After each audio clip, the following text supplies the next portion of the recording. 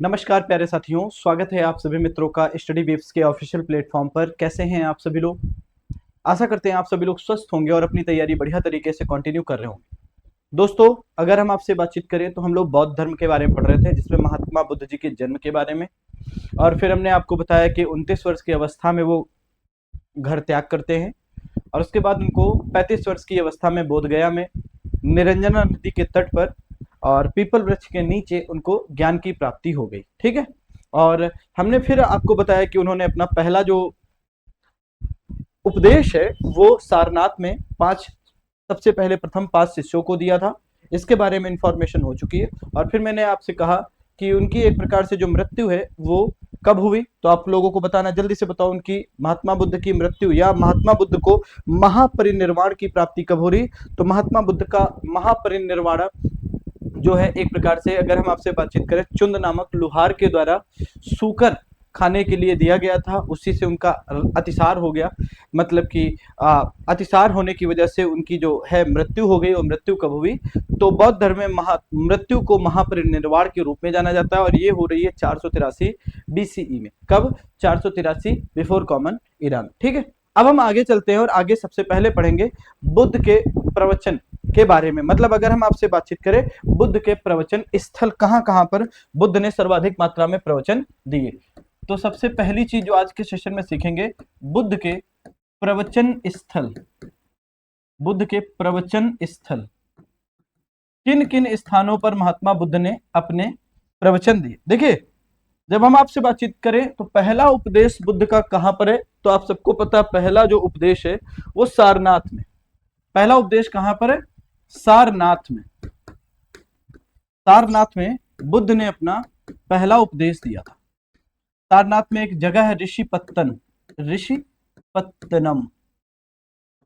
इस स्थान पर इन्होंने क्या किया था? पहला उपदेश दिया। इसके बाद दूसरी बातचीत करें, दूसरा एक स्थान है श्रावस्ती। श्रावस्ती में आप देखोगे तो श्रावस्ती में महात्मा बुद्ध ने सर्वाधिक उपदेश दिए। सर्वाधिक उपदेश कहां पर दिए? तो सर्वाधिक उपदेश महात्मा बुद्ध ने श्रावस्ती में दिए। सर्वाधिक उपदेश कहां पर? श्रावस्ती में। और यही श्रावस्ती है जहां पर आप देखोगे जेतवन, पूर्वाराम, सहेत, महत जैसे विहार देखने को मिलेंगे। यही श्रावस्ती में देखोगे जेतवन, पूर्वाराम, सहेत, महत, सहेत और महत, ये जो है ये यहां पर क्या देखने को मिलेंगे? आपको बौद्ध विहार देखने को मिलेंगे। तो ये है एक प्रकार से बौद्ध विहार हो गया। यहां पर क्या है? विहार। श्रावस्ती में जेतवन, पूर्वाराम, सहेत और महत नामक क्या है? बौद्ध विहार स्थित है। ठीक है। बौद्ध विहार आपको यहां पर देखने को मिलेगा। ठीक है। चलिए आगे जब हम आपसे बातचीत करते हैं, अगला जो इनका उपदेश हो रहा है वो वैशाली में। वैशाली में अगर आप देखोगे तीसरा उपदेश, ये देख वैशाली में। वैशाली में अगर आप देखोगे आम्रपाली नामक विहार में, आम्रपाली नामक विहार में क्या दे रहे हैं? ये उपदेश दिए हैं। इसके बाद अगर हम अगली बातचीत करें, अगला उपदेश नेक्स्ट की बातचीत करें, जो है पावा पडरौना में। पावा एक लोकेशन है, पडरौना भी इसको बोलते हैं। पडरौना में एक सालवन नामक जगह है। क्या नाम है? शालवन नामक विहार है। यहां पर क्या कर रहे हैं? यहां पर एक प्रकार से उपदेश दे रहे हैं। इसके बाद अगर हम आपसे बातचीत करें अगले उपदेश, अगली लोकेशन के बारे में, अगला लोकेशन जो है वो है कौसाम्बी। और कौसाम्बी में जो विहार है उसको हम क्या कहते हैं? घोषिता राम। घोषिता राम नामक क्या है? यहां पर एक विहार है। और इन्हीं विहारों में ये वर्षा काल में रुक रहे हैं और यहीं पर जा जाके क्या है? उपदेश अपने दे रहे हैं। ठीक है। तो बुद्ध के प्रवचन स्थल अगर आप देखोगे, सारनाथ, श्रावस्ती, सारनाथ, श्रावस्ती, वैशाली। ठीक है। और इसके साथ साथ पावा, कौसाम्बी, और एक और जगह बची है राजगीर। और राजगीर में अगर हम आपसे बातचीत करें, राजगीर के बारे में बातचीत करें, तो जीविताराम और वेड़ुवन नामक क्या है? विहार यहां पर हैं। राजगीर में भी उपदेश दे रहे हैं। छठा लोकेशन है राजगीर। राजगीर, राजगीर में विहारों के नाम क्या है? राजगीर के विहारों के नाम है जीविताराम और वेड़ुवन। जीविताराम और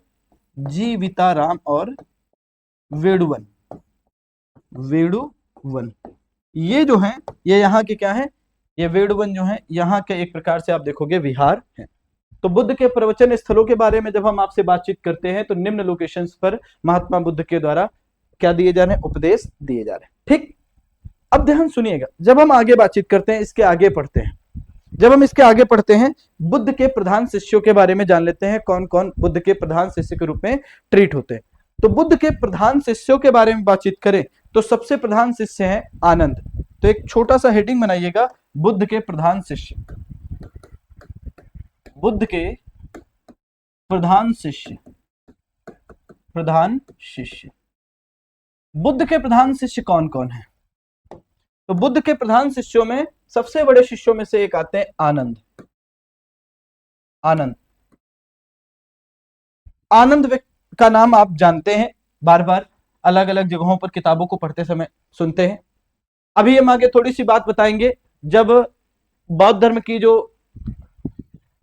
एक प्रकार से पिटक लिखे गए, विनय पिटक, सुत्त पिटक और अभिधम्म पिटक, तो उनमें से एक का संकलन करने का काम आनंद ने किया है। दूसरे शिष्य के बारे में बातचीत करें, दूसरे शिष्य का नाम है सारिपुत्र। सारिपुत्र, सारिपुत्र कौन है? ये भी महात्मा बुद्ध के शिष्य हैं। इसके बाद अगर हम अगली बातचीत करें, अगले शिष्य कौन है? तो अगले शिष्य है मौदगल्यायन। मौदगल्यायन, मौदगल्यायन, ठीक है। और इसके बाद अगले हम शिष्य के बारे में जब हम आपसे बातचीत करते हैं तो अगले शिष्य का नाम क्या है? नंद कुमार। नंद कुमार। इसी तरीके से उपाली, आनंद और उपाली, ये दो प्रधान शिष्यों में से कैलकुलेट होते हैं। इसके बाद अगर हम अगले शिष्य के बारे में बातचीत करें तो आप देखते हो अनिरुद्ध। अनिरुद्ध, अनिरुद्ध के साथ साथ अगर हम आपसे बातचीत करें और अनाथ पिंडक, इसका दूसरा नाम है सुदात। अनाथ पिंडक, अनाथ पिंडक। और महिलाओं के बारे में जब हम आपसे बातचीत करें, महिला एक प्रकार से अगर हम बातचीत करें, महिला शिष्यों के बारे में बातचीत करें तो इनकी जो मौसमी है, इनकी जो मौसी है प्रजापति गौतमी। महिला भिक्षुड़ी के बारे में बातचीत करें तो महिला भिक्षुड़ी, और पहली महिला भिक्षुड़ी कौन है? तो इनकी मौसी है जिनका नाम क्या है? प्रजापति गौतमी। प्रजापति गौतमी, ये आप देखोगे ये पहली भिक्षुड़ी बन रही, पहली भिक्षुड़ी हैं जो बौद्ध धर्म में जो क्या है, बौद्ध धर्म को स्वीकार कर रही हैं। इसके बाद अगर हम आपसे बातचीत करें तो और भी लोग हैं, जैसे आप देखते हो यशोधरा है। यशोधरा के बारे में आप जानते हो कौन है? यही यशोधरा। ये कौन है? महात्मा बुद्ध की पत्नी है। ये भी बौद्ध धर्म को क्या कर रही? ग्रहण कर रही। इसके बाद अगर हम आपसे बातचीत करें तो एक नंदा है। नंदा नामक महिला भी क्या कर रही? बौद्ध धर्म को ग्रहण कर रही। इसके साथ अगर हम और आपसे बातचीत करें और कौन कौन महिलाएं हैं जो बौद्ध धर्म को ग्रहण कर रही, तो आप देखोगे यहीं पर आम्रपाली है। आम्रपाली। इसी तरीके से एक और महिला है जिनका नाम है क्षमा। क्षमा।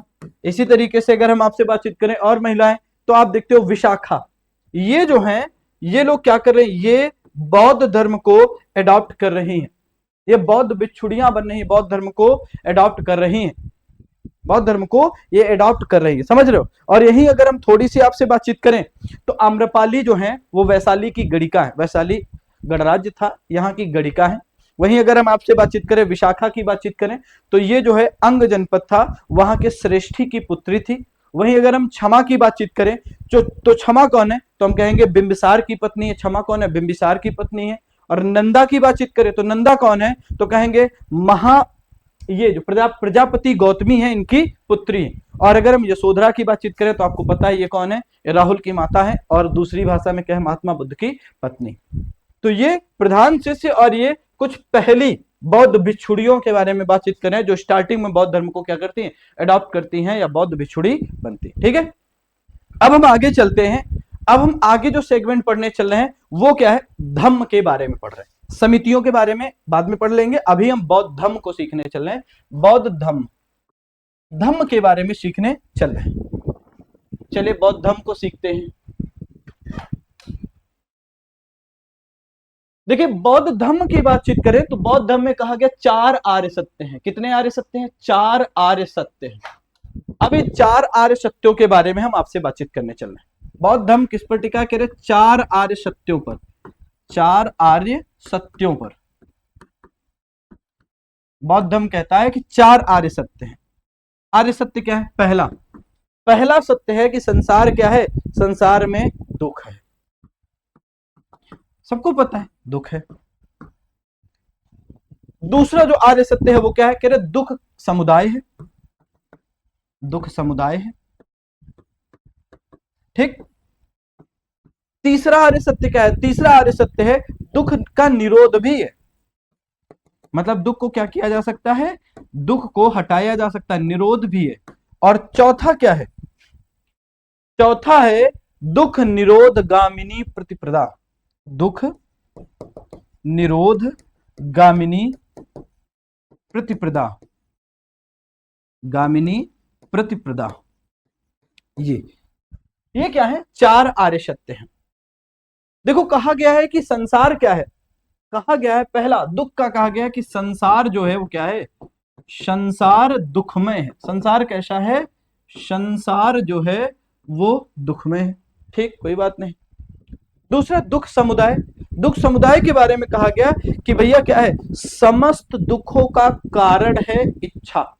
दुख समुदाय कह रहे समस्त दुखों का कारण क्या है, दुखों का कारण है, कोई ना कोई कारण है। संसार दुखमय है और समस्त दुखों का क्या है, एक कारण है। और वो कारण क्या है, तो दुख के कारण के बारे में कहा गया कि भैया इच्छा, डिजायर्स, डिजायर्स क्या है, दुखों का कारण होती। फिर कहा गया है, फिर दुख निरोध, कर दुख से आप क्या कर सकते हो, छुट्टी पा सकते हो, मुक्ति पा सकते हो, तो क्या करना पड़ेगा, तो कहते हैं कि भैया इच्छाओं को समाप्त करना। ये जो इच्छाएं हैं, तृष्णाएं हैं, इनको क्या करना, इच्छा या तृष्णा को समाप्त करना। और ये समाप्त कैसे होंगी, और ये समाप्त कैसे होंगी, इच्छा या तृष्णा समाप्त कैसे होगी, तो कह रहे दुख निरोध गामिनी प्रतिप्रदा है। तो कह रहे दुख निरोध गामिनी प्रतिप्रदा मतलब दुख निरोध करने का एक मार्ग है। और वो मार्ग क्या है, उस मार्ग को आप नाम देते हो अष्टांगिक मार्ग। क्या नाम देते हो, अष्टांगिक मार्ग के रूप में इसको ट्रीट करते हो। अब ये अष्टांगिक मार्ग है क्या, जब अष्टांगिक मार्ग की बात आती है तो 8 चीजें करनी होती हैं। अगर आपको दुख से छुट्टी चाहिए, आपके मन से दुख निकल जाए, तो आपको क्या करना पड़ेगा, तो आपको 8 चीजें पालन करनी पड़ेंगी। कितनी चीजें, 8 चीजों का पालन करना पड़ेगा। ये 8 चीजें क्या है, जरिए देखते हैं। सबसे पहला है कह रहे सम्यक दृष्टि हो, राइट विजन हो, सम्यक दृष्टि होनी चाहिए। व्यक्ति की क्या हो, दृष्टि साफ हो, सम्यक दृष्टि हो, राइट विजन हो। दूसरा कहा सम्यक संकल्प होना चाहिए, सम्यक संकल्प होना चाहिए, संकल्प होना चाहिए। सम्यक संकल्प का मतलब राइट एम, आपका लक्ष्य क्या हो, सम्यक होना चाहिए। अगला कहा गया सम्यक वाक हो, सम्यक वाक का मतलब आपकी जो बातचीत हो वो सही होनी चाहिए, राइट स्पीच होनी चाहिए। अगली बातचीत करें, अगला क्या कहा गया, सम्यक कर्म होना चाहिए। आपके जो एक्शंस हो वो भी राइट होने चाहिए। अगले के बारे में क्या कहा गया, सम्यक जीविका होनी चाहिए। क्या होनी चाहिए, सम्यक जीविका। और जीविका का मतलब जिससे आप अपना जीवन यापन कर रहे हो, परिवार का जीवन यापन कर रहा हो, वो भी सम्यक होना चाहिए, सही होना चाहिए। और अगले की बातचीत करी गई है सम्यक प्रयास। सम्यक प्रयास मतलब राइट, आप कह सकते हो कि एक प्रकार से ट्राई करना चाहिए, है ना, एक्सरसाइज करना चाहिए, मतलब अपने आप को सुधारने की कोशिश करनी चाहिए। और अगला क्या कह रहे हैं, अगला कह रहे हैं सम्यक स्मृति होनी चाहिए, राइट मेमोरी, सम्यक में स्मृति होनी चाहिए, ठीक। और सबसे अंत में अष्टांगिक मार्ग का 8वां मार्ग क्या है, तो कह रहे हैं सम्यक समाधि, मतलब निर्वाण पाना और स्वयं को क्या कर देना, स्वयं को स्वयं में गायब होना, सम्यक समाधि। निर्वाण पाने को सम्यक समाधि कहा गया। अब सम्यक दृष्टि का मतलब क्या है, सम्यक दृष्टि का मतलब यह है 4 आर्य सत्य में विश्वास करना। पहली बात तो ये विश्वास करो कि जो मुख्य कारण है, मुख्य दुख है, वो क्या है, वो मुख्य दुख यही है, कौन से, इच्छा। 4 आर्य सत्यों में विश्वास करो। जब इन आर्य सत्यों में विश्वास हो जाए तो क्या करो, फिर मानसिक और नैतिक विकास की प्रतिज्ञा करो, संकल्प लो, राइट एम।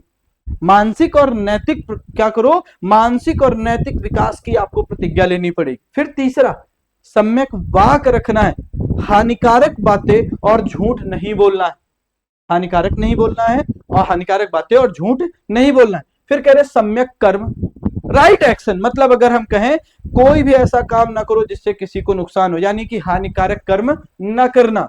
सम्यक जीविका का क्या मतलब है? सम्यक जीविका का मतलब है कि भैया कोई भी स्पष्टता हानिकारक व्यापार ना करना, जिससे मतलब कि आपके जीविका के साधन उचित होने चाहिए, अनुचित नहीं होने चाहिए।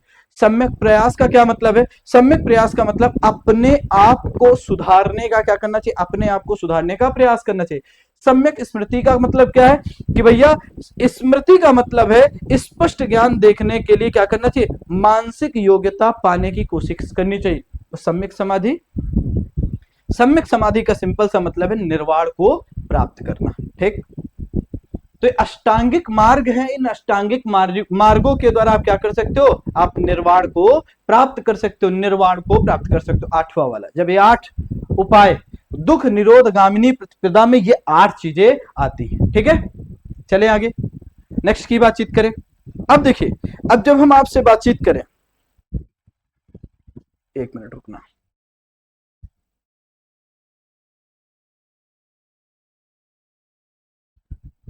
जब हम आपसे आगे बातचीत करते हैं, बेसिकली क्या कहा है? बुद्ध ने प्रज्ञाशील और समाधि को दुख निरोध का कारण बताया है। बुद्ध ने क्या बताया? बुद्ध ने प्रज्ञाशील और समाधि को, बुद्ध ने दुख निरोध और समाधि को, दुख निरोध और समाधि को, दुख निरोध और समाधि को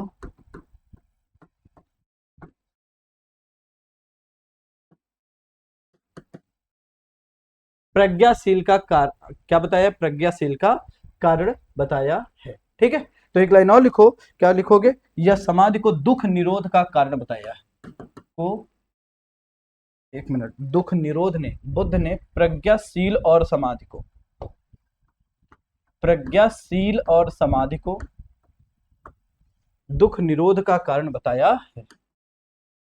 तो दुख निरोध का कारण क्या है? का कारण बताया है। बिल्कुल सिंपल सा कारण है कि भैया प्रज्ञाशील रहो और समाधि, तो आपको क्या हो जाएगा? आपको दुख निरोध की प्राप्ति हो जाएगी, मतलब आप दुखों से ऊपर उठ जाओगे, आप दुखों से क्या हो जाओगे? ऊपर उठ जाओगे। ठीक है, आगे बातचीत करें। अब यहीं पर ध्यान समझना, तो अष्टांगिक मार्ग को पालन कर लो तो ऑटोमेटिकली आप क्या पहुंच जाओगे? समाधि की ओर अग्रसर हो जाओगे, समाधि आपको मिल जाएगी। ठीक है, अब यहीं पर थोड़ी सी बातचीत करते हैं। बौद्ध धर्म में नैतिक आचार संहिता भी कुछ होती है, तो हम बातचीत करते हैं। तो भिक्षुओं के लिए और जो पारिवारिक लोग होते हैं गृहस्थ जीवन के लिए कुछ नियम बताए हैं कि आप कैसे क्या करोगे? निर्वाण को प्राप्त करोगे, कैसे आप अपना जीवन आगे बढ़ाओगे। तो एक हेडिंग बनाइएगा, और हेडिंग क्या बनाइएगा? लिखिए नैतिक आचार संहिता। बौद्ध धर्म की, बौद्ध धर्म की नैतिक आचार संहिता, नैतिक आचार संहिता, संहिता, नैतिक आचार संहिता। ठीक, बौद्ध धर्म की नैतिक आचार संहिता। चलिए देखते हैं। बेसिकली मैंने कहा गृहस्थों के लिए और किसके लिए? भिक्षुओं के लिए एक आचार संहिता है। क्या क्या है जरा देखते हैं। सबसे पहले के बारे में बातचीत करें, आचार संहिता में पहला कहा है कि सत्य बोलना है, और सत्य सबको बोलना है, चाहे वो गृहस्थ हो चाहे तो कौन हो? भिक्षु। दूसरे की बातचीत करी गई, दूसरा कहें अहिंसा, हिंसा नहीं करनी, गृहस्थ को भी और किसको? ना ही भिक्षु को। तीसरी बातचीत करें, चोरी ना करना, अस्तेय, अस्तेय की बात करी गई है, चोरी ना करने की। तो गृहस्थ को भी चोरी नहीं करना है, और किसको चोरी नहीं करना है? ना ही भिक्षु को चोरी करना है। अगली बातचीत करें अपरिग्रह। अपरिग्रह का मतलब क्या है? अपरिग्रह, इसका मतलब है कब्जा नहीं करना है, कब्जा नहीं करना है, ना भिक्षुओं को ना ही गृहस्थ को। और अगली बातचीत करें, पांचवा जो है कि भैया ब्रह्मचर्य में जीवन यापन करना है। ब्रह्मचर्य मतलब जीवन में केवल भोग विलास को क्या करना? भोग विलास में ही लिप्त ना हो जाए, तो भोग विलास में लिप्त ना रहना, में लिप्त ना रहना, ना रहना। ये जो है ये जो 5 हैं, ये किसके लिए है आचार संहिता? तो हम कहेंगे गृहस्थ के लिए। मतलब इन 5 चीजों का पालन कौन करे? केवल गृहस्थ लोग करे, कोई दिक्कत वाली बात नहीं। लेकिन गृहस्थ भी करे और उसके साथ साथ में कहेंगे इनको भिक्षुओं का भी क्या करना, भिक्षु लोग जो होंगे उनको भी इन चीजों को मानना पड़ेगा। वही अगली बातचीत करें आगे, केवल भिक्षुओं के लिए जो आचार संहिता है वो क्या है? केवल भिक्षुओं के लिए, मतलब गृहस्थों के लिए नहीं, केवल भिक्षुओं के लिए। भिक्षुओं के लिए नियम या आचार संहिता। तो हम सबसे पहला कहेंगे भैया क्या? पहला चीज या छठा, आगे बढ़ा लो, छठा नंबर कहेंगे, क्या कहेंगे? मादक पदार्थों का सेवन नहीं करना है। भिक्षु लोगों को मना किया जाता है कि भैया मादक पदार्थ का सेवन नहीं करेंगे। ठीक, अगली बातचीत क्या करी जा रही? अगला जो कहा जा रहा है, 6 के बाद 7वां करा जा रहा है, कहा जा रहा है भैया सुगंधित वस्तुओं का प्रयोग नहीं करोगे। सुगंधित वस्तुओं का प्रयोग नहीं किया जाएगा, नहीं करा जाएगा। अगली बातचीत करें 8वें के बारे में, बातचीत करें 8वां क्या है? तो हम कहेंगे असमय भोजन नहीं करोगे, असमय भोजन नहीं करोगे, भोजन ना करना। ठीक, अगला क्या क्या कहा गया? 9 नंबर की बातचीत करें तो 9 नंबर कहा गया है कि भैया आरामदायक बिस्तर का प्रयोग नहीं करोगे, आरामदायक बिस्तर का प्रयोग ना करना।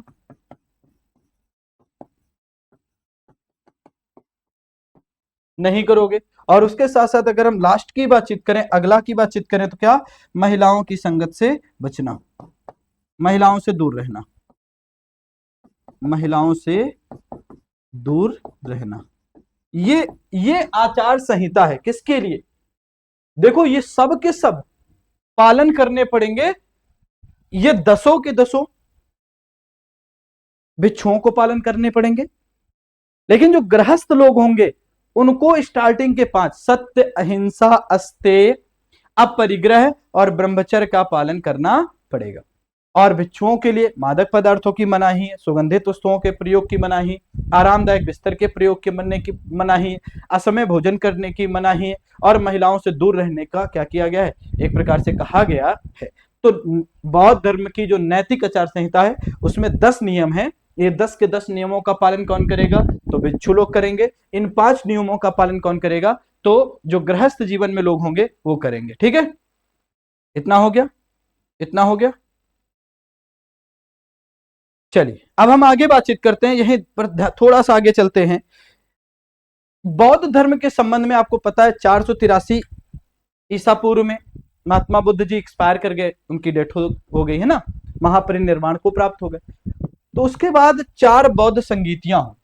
तो अगला जो हम पढ़ने जा रहे हैं बौद्ध संगीतियां, यहां से क्वेश्चन पूछा जाता है। संगीतियां बहुत बार पूछा गया और ढेर सारे एग्जाम्स में क्वेश्चन पूछा गया। बौद्ध संगीतियां, तो हम बौद्ध संगीतियों की बातचीत करेंगे। 4 बौद्ध संगीतियां होगी। पहली बौद्ध संगीति के बारे में बातचीत करें तो पहली बौद्ध संगीति जो हो रही है 483 BCE में हो रही, मतलब बुद्ध की मृत्यु पर। और ये कहां पर हो रही? तो हम ये हो रही है भैया राजगिरी, ये यानी कि राजगृह में, राजगृह में हो रही है। और राजगृह में एक गुफा है सप्तपर्णी गुफा। ये कहां पर हो रही? तो कहेंगे सप्तपर्णी, सप्तपर्णी गुफा में क्या हो रही है? ये संगीत की आयोजन किया जा रहा है। सप्तपर्णी गुफा में क्या हो रहा है? आपकी पहली बौद्ध संगीत का आयोजन किया जा रहा है। मतलब ये स्थान हो गया, ये टाइम मतलब समय। दूसरा क्या है? स्थान। तीसरे की बातचीत करें शासक कौन है, राजा मतलब कौन है। और चौथे की बातचीत करें बौद्ध संगीत का अध्यक्ष कौन था। ठीक, ये 4 कॉलम में हम बांटकर पढ़ रहे। स्थान तो ही गया। तो पहली 483 BCE में हुई, कहां पर हुई? तो हमने कहा राजगृह में हुई। राजा कौन है इस समय? सोचो जरा थोड़ा सा, इस समय का शासक कौन है? तो जब हम शासक की बात करते हैं तो इस समय का शासक है अजात शत्रु। कौन है? अजात शत्रु है, अजात शत्रु है। और पहली बौद्ध समिति के अध्यक्ष कौन रहते हैं? पहली बौद्ध समिति के अध्यक्ष की बातचीत करें तो महाकश्यप रहते। कौन? महाकश्यप जो हैं ये पहली बौद्ध समिति के अध्यक्ष रहते। चारों क्वेश्चन अलग अलग एग्जाम में पूछे गए एकदम मान चलिए। अच्छा, काम क्या हुआ? पहली बौद्ध संगीत में अगर हम आपसे बातचीत करें, आनंद ने सूत्र पिटक का संकलन करा। आनंद क्या कर रहे हैं? आनंद जो हैं प्रधान शिष्यों में से आनंद सूत्र पिटक का संकलन कर रहे हैं। और वहीं उपाली के बारे में बातचीत करें, एक और प्रधान शिष्य हैं उपाली, ये क्या कर रहे हैं? तो उपाली जो है वो विनय पिटक का संकलन कर रहे हैं। विनय पिटक का संकलन किया जा रहा है। तो त्रिपिटक में एक सूत पिटक, एक विनय पिटक और एक अभिधम पिटक आता है। अभिधम पिटक अशोक के टाइम में क्या होगा? संकलित करा जाएगा। तो अभी सूत पिटक के बारे में बातचीत करें तो सूत पिटक में क्या है? बौद्ध धर्म के संबंध में जो शिक्षाएं हैं, बौद्ध धर्म के संबंध में जो शिक्षाएं हैं वो सूत पिटक में है। शिक्षा के बारे में, सिद्धांत के बारे में, समझ में आ रहा है? और अभिधम्म पिटक की जब हम आपसे बातचीत करते हैं तो अभिधम्म पिटक में क्या किया गया? अभिधम्म पिटक में बौद्ध धर्म के दर्शन के बारे में बातचीत है। ठीक है, किसके बारे में बातचीत है? तो हम कहेंगे भाई यहां पर बातचीत है आपकी हाँ। और विनय पिटक में क्या है? विनय पिटक में क्या है? तो कहेंगे नियम कानून है। मतलब नियम कानूनों के बारे में जब बातचीत करते हैं कि बौद्ध धर्म के संबंध में नियम कानून कहां पर मिलेंगे, तो हम कहेंगे भैया विनय पिटक में मिलेंगे। ठीक, अब 100 साल बीत जाते हैं और 100 साल के बाद आप देखते हो दूसरी बौद्ध संगीत का आयोजन होता है। तो सेकंड बौद्ध संगीति कहां पर आयोजित होती है? सेकंड की बातचीत करने जा रहे हैं। सॉरी, पहला तो कॉलम बना हुआ है, किसका कॉलम बना है? तो पहला कॉलम बना समय का। कब हो रहा है? तो 100 साल बाद, मतलब हम कह देंगे 383 बिफोर कॉमन इरा में। ठीक है, कहां पर हो रही?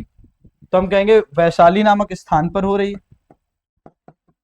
वैशाली में कहा? तो हम कहेंगे बालुकाराम विहार है। बालुकाराम विहार है।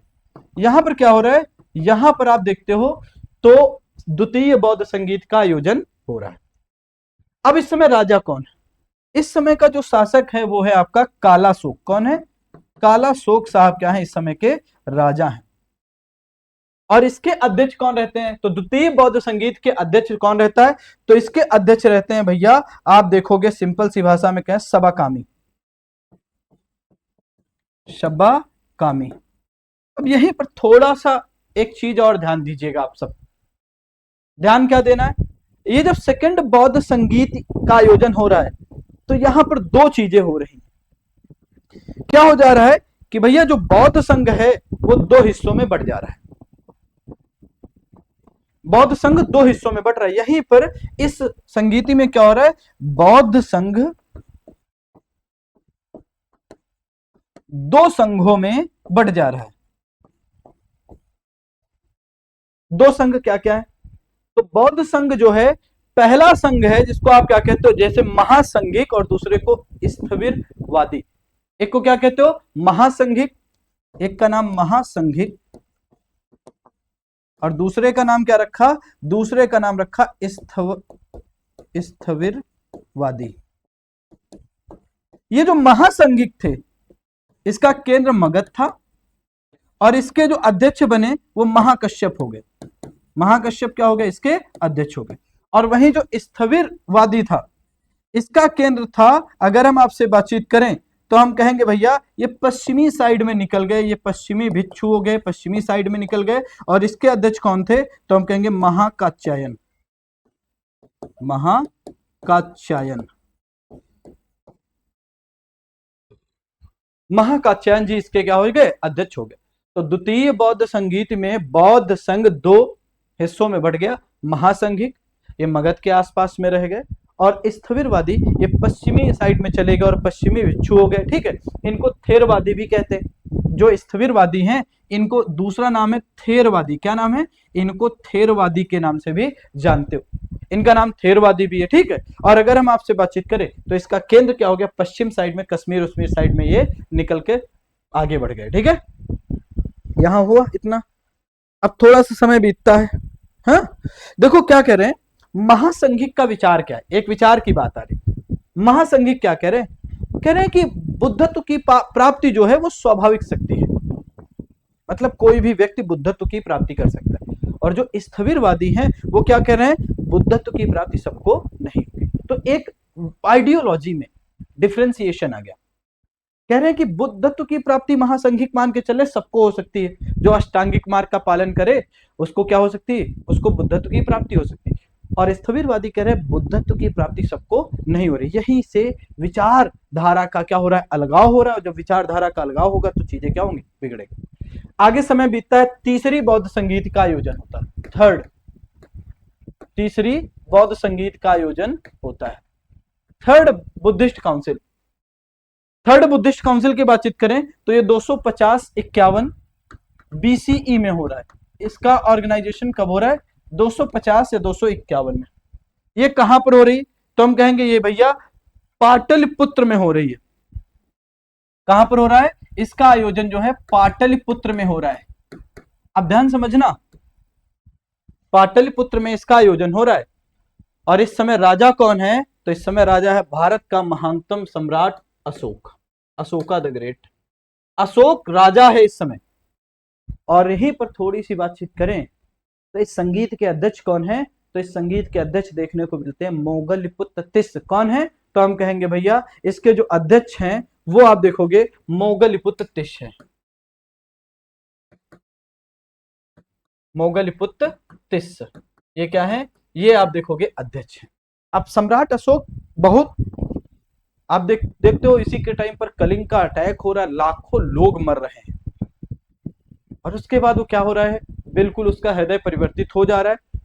तो लोग यहाँ पर फिर बौद्ध धर्म में बहुत, मतलब जो अध्यक्ष टाइप के लोग रहते हैं या जो व्यक्तिगत विचार रहते हैं उनका प्रभाव यहाँ पर दिखने को नहीं मिलता, क्योंकि शासक प्रभावी है। और यहीं पर अगर आप देखोगे तो इसी समय कथावत्त की रचना हो रही, कथावत्त की रचना हो रही है। और ये जो थी, ये जो तृतीय बुद्धिस्ट काउंसिल थी, ये स्थविरवादियों की क्या थी, स्थविरवादियों की ये क्या थी, सभा थी। इसको क्या कहा गया, इसको कहा गया कि भैया ये स्थविरवादियों की सभा है। और चौथी बुद्धिस्ट काउंसिल कब हो रही है, फोर्थ बुद्धिस्ट काउंसिल जो है वो हो रही आपकी पहली शताब्दी में, फर्स्ट सेंचुरी में, पहली शताब्दी में फोर्थ बुद्धिस्ट काउंसिल का आयोजन हो रहा है। और ये कहां पर हो रही, कश्मीर के कुंडलवन में हो रही, कश्मीर के कुंडलवन में हो रही है, कुंडलवन में हो रही। यहां शासक कौन है, तो पहली सेंचुरी में शासक मिलता है कनिष्क। कनिष्क यहाँ का क्या है, कनिष्क राजा है। और यहीं पर अगर हम आपसे बातचीत करें तो आप देखते हो यहां पर जो अध्यक्ष हैं वो वसुमित्र बनाए गए। इसके अध्यक्ष कौन है, तो चौथी बुद्धिस्ट काउंसिल के अध्यक्ष हैं वसुमित्र। और यहीं पर देखोगे बौद्ध धर्म दो शाखाओं में बढ़ गया, मतलब यहीं से बुद्धिस्ट जो रिलीजन था वो दो हिस्सों में बढ़ गया। तो बौद्ध धर्म दो हिस्सों में बढ़ गया, दो हिस्सों में क्या हो गया, दो भागों में बट गया, में बट गया। ये दो हिस्से क्या थे, तो हीनयान, एक शाखा थी हीनयान और दूसरी शाखा थी महायान। एक शाखा थी हीनयान और दूसरी शाखा क्या थी, महायान। ये हो गया हीनयान और महायान में क्या हुआ, इसका विभाजन हो जा रहा है। हीनयान और महायान में इसका विभाजन हो जा रहा है। ठीक है, हो गया। इतनी चीजें यहां पर हो रही, तो चार बुद्धिस्ट काउंसिल हो रही है, समझे। वहीं अगर हम आपसे बातचीत करते हैं जब हम बौद्ध संघ के बारे में, बौद्ध संघ की भी स्थापना कौन कर रहा है, तो बौद्ध संघ के बारे में अगर हम आपसे बातचीत करें तो इसकी स्थापना करी जा रही है महात्मा बुद्ध के द्वारा। कौन स्थापना कर रहा है, महात्मा बुद्ध इसकी स्थापना कर रहे हैं। कहां पर, तो सारनाथ में कर रहे हैं। महात्मा बुद्ध इसकी स्थापना कर रहे हैं। कहां पर कर रहे हैं, तो हम कहेंगे सारनाथ में। अब ध्यान समझना, बौद्ध संघ में प्रवेश के लिए भी कुछ नियम थे। कोई भी व्यक्ति अपना मन बना के बौद्ध संघ में प्रवेश नहीं कर सकता था, एक उम्र रखी गई। मतलब अगर हम आपसे बातचीत करें तो बाद में देखोगे इसके संस्थापक, स्थापना महात्मा बुद्ध के द्वारा की जा रही है। और बौद्ध संघ के जो अध्यक्ष हैं वो कौन है, कश्यप जी। इसके अध्यक्ष कौन बनने हैं, तो इसके अध्यक्ष बनने कश्यप। और संघ में पाने के कुछ नियम रखे गए। संघ में शामिल होने के नियम, शामिल होने के नियम क्या नियम थे? संघ में शामिल होने के नियम के बारे में जब हम आपसे बातचीत करें तो पहला यह है भैया, गृहस्थ जीवन का त्याग करना पड़ेगा। संघ में प्रवेश तभी मिलेगा जब व्यक्ति क्या करेगा? गृहस्थ जीवन का त्याग करेगा। ठीक, पहली कंडीशन। दूसरी कंडीशन क्या है? दूसरी कंडीशन यह है न्यूनतम 15 वर्ष की उम्र होनी चाहिए। न्यूनतम 15 वर्ष की उम्र होनी चाहिए। अगली बातचीत करें, नेक्स्ट की बातचीत करें, संघ में प्रवेश पाने के लिए माता पिता या गार्जियन की क्या होनी चाहिए? अनुमति लेना, अनुमति आवश्यक है। ठीक है, नेक्स्ट के बारे में बातचीत करें, शारीरिक विकलांग, बीमार, ऋणी, दासी और सैनिकों का प्रवेश वर्जित था। किसका किसका? तो हम यहां पर कहेंगे भैया, शारीरिक रूप से जो विकलांग व्यक्ति हैं, शारीरिक रूप से जो विकलांग व्यक्ति हैं, शारीरिक रूप से विकलांग, विकलांग, दास दासी, सैनिक का प्रवेश वर्जित था, वर्जित था। इन लोगों को संघ में प्रवेश करने की अनुमति नहीं थी, इन लोगों को संघ में प्रवेश करने की अनुमति नहीं थी। ठीक है, ऋणी का भी अगर उधार लिए हो तब भी आप क्या नहीं कर सकते हो? तभी भी आप वो नहीं कर सकते हो। ठीक है, चलें। और संघ की विशेषता क्या होती थी? ठीक है, तो संघ में अगर हम बातचीत करें तो कुछ संघ की विशेषताएं, एक हेडिंग करो, संघ की विशेषताएं। संघ की विशेषताएं, देखिए संघ की विशेषता, जब एक व्यक्ति 15 वर्ष का होता था तो जब संघ में एंट्री होती थी तो प्रवज्जा बोलते हैं, मतलब एंट्री के टाइम को हम क्या कहते हैं? प्रवज्जा का नियम लगता था। प्रवज्जा, क्या बोलते हैं? प्रवज्जा, मतलब यहां पर 15 वर्ष की आयु में संघ में प्रवेश करते समय नियम, संघ में प्रवेश करते समय नियम, समय नियम। प्रवेश हो गया, बहुत अच्छी बात है, 5 वर्ष बिता लिया। तो दूसरा विशेषता होता था भैया, उपसंपदा होती थी। क्या होती थी? उपसंपदा। 5 वर्ष आपको क्या रहना पड़ेगा? संघ में रहना पड़ेगा। उसके बाद उपसंपदा संस्कार होगा। 20 वर्ष की आयु में पूर्ण दीक्षा होती थी। 20 वर्ष की आयु में पूर्ण दीक्षा, ठीक है, पूर्ण दीक्षा मिल जाती थी। और उसके बाद अगर हम आपसे बातचीत करें, यहीं से क्या होता था? यहीं से वास्तविक भिक्षु जीवन प्रारंभ होता था। यहीं से वास्तविक भिक्षु जीवन प्रारंभ, जीवन क्या था? प्रारंभ था। तो एक प्रवज्जा और दूसरा उपसंपदा। अगले के बारे में बातचीत करें भैया, एक था कंथीन। कंथीन, कंथीन क्या था? कंथीन था वस्त्र प्रदान समारोह था। ठीक है, मतलब जो बौद्ध भिक्षु होते थे वो गेरुआ वस्त्र धारण करते थे। तो हम एक लाइन में यहां पर क्या लिख लेंगे? यहां पर लिखिएगा, इसको लिखिएगा, यह वस्त्र प्रदान समारोह था, वस्त्र प्रदान समारोह था।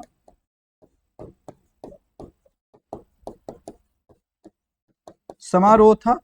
बौद्ध भिक्षु या भिक्षु कंथीन, कंथीन का मतलब गेरुआ वस्त्र क्या करते थे? गेरुआ वस्त्र धारण करते थे। ये तीसरा। और अगली बातचीत करें, उपसथ पाठ, उपसथ पाठ, उपसथ पाठ। उपसथ पाठ क्या था? उपसथ पाठ के बारे में बातचीत करें तो भैया भिक्षुओं द्वारा संघ में किया जाने वाला विशेष व्यवहार होता था। एक क्या होता था? भिक्षुओं द्वारा, भिक्षुओं द्वारा संघ में किया जाने वाला,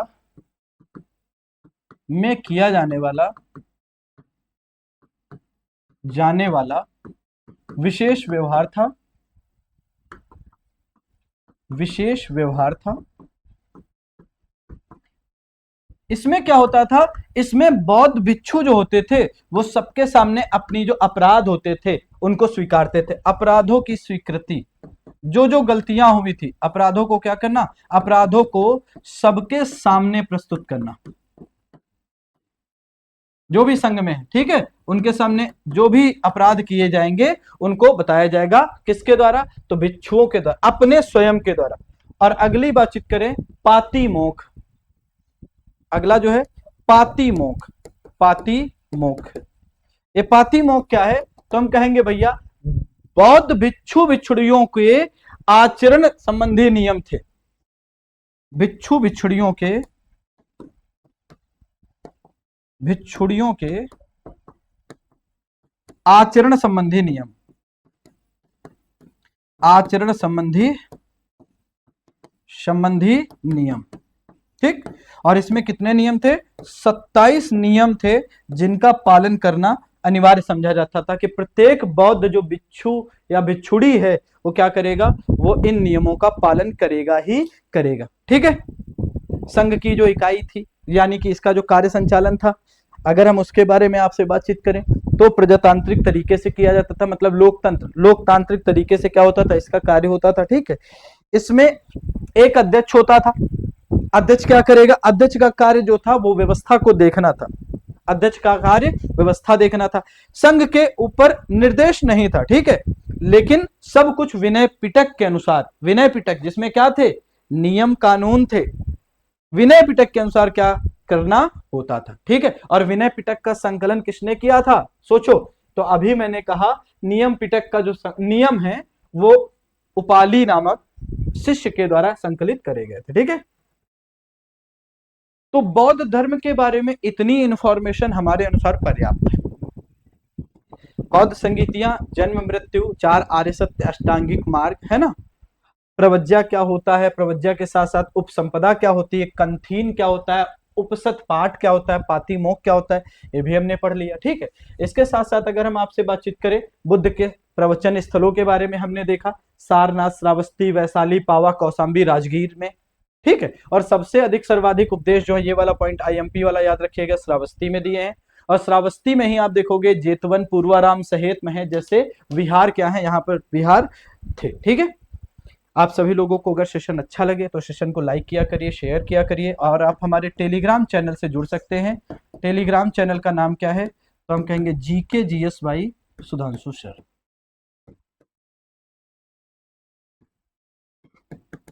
GK GS by Sudhanshu sir. इस पर आपको वीडियो का लिंक, क्लासेस की पीडीएफ, बाकी इंफॉर्मेशन आपको मिल जाएगी। तो तैयारी इसी तरीके से कंटिन्यू धीरे धीरे करते रहते हैं, ठीक है, और आपकी हम बेहतर तैयारी करवा देंगे, ठीक है। आज का सेशन यहीं तक है, धन्यवाद, नमस्कार, थैंक यू सो मच, बहुत बहुत आभार।